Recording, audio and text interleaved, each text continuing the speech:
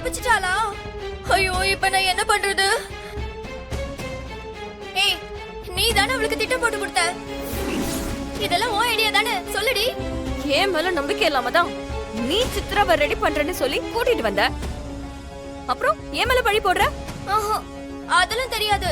நீ தான் அவளுக்கு ஏதோ ஐடியா கொடுத்து தப்பிக்க வச்சிருக்க. இரு, உன்னை இப்பவே நான் மாமா கிட்ட போய் சொல்றேன். போய் சொல்லிக்கோ. என்கிட்ட புதுசா ஒண்ணும் கோவப்பட போறது இல்ல. நான் என்னைக்குமே இந்த குடும்பத்துக்கு துளி சம்பந்தமும் இல்லாதவ. ஆனா நீ பக்கத்துல இருந்தும் சித்ரா தப்பிச்சு போயிருக்கானா, உன் மேலதான் உங்க மாமாவுக்கு முதல்ல கோவம் வரும்.